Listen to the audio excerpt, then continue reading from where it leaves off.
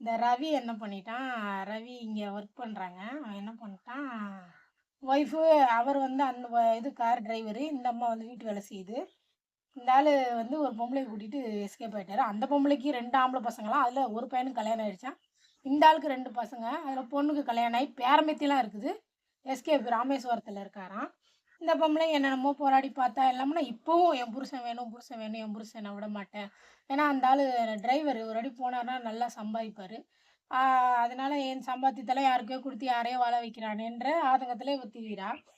இதுல என்னாச்சுன்னா, அந்த ரவியோட ஒய்ஃப் இருக்கால்ல, அவளோட அண்ணன் ஒய்ஃப் வந்து ஏதோ ஒரு சம்திங் வீட்ல பிரச்சனையா என்னன்னு தெரியல, எங்கேயோ போயிட்டாப்லயாம். போனதுக்கு இவ ஃபோன் பண்ணி வீட்டுக்கார்ட்ட சொல்லியிருக்கா, இந்த மாரி எங்க அண்ணி வேற போயிட்டாங்க. உங்க அண்ணி கதை என்ன தெரியுமா? அவ ஒருத்தன வச்சிருந்தா, அவன் கூட ஓடி போயிட்டான்னு. "நீ எங்க இருக்க? நீ என்ன பண்ணிட்டு போன?" இவன் நல்லவளா இருந்தா இவங்க என்னங்க சொல்லியிருக்கணும்? "யோவ்! மொதல்ல உன் யோகிதைய பாரு. நீ எங்க இருக்க? நீ எவ்வளோ கூட இருந்துக்கிட்டு, நீ அவள பத்தி பேசுறியான்னு" சொல்லுவாளா? இங்க வந்து என்ன சண்டை போடுறா? யாரு அந்த பொண்ணு வீட்ல. இவ இப்படி ஓடி போனதால தான் எங்க வீட்டுக்காரர் அவள கூட்டிட்டு போயிட்டாரு. இவளுங்கலாம் இப்படி ஓடி போனதால தான் கடைசில பார்த்தா அவ கடனுக்கு பயந்துகிட்டு ஏதோ ஒரு இடத்துல மூலையில ஒளிஞ்சுட்டு கிடக்காளாம். இந்த புறம்போக்கு ஒருத்திய கூட்டிட்டு போயிட்டு, அங்க வந்து நல்ல மாரி இவ என்னமோ புருஷன் உத்தப்பம் புத்துற மாரி, என் வீட்டுக்காரர் இப்படி போயிட்டதுக்கு இவளுங்க தான் காரணம். இவ தான் கைய புடிச்சு அவளோட சேர்த்து வச்சா பாரு.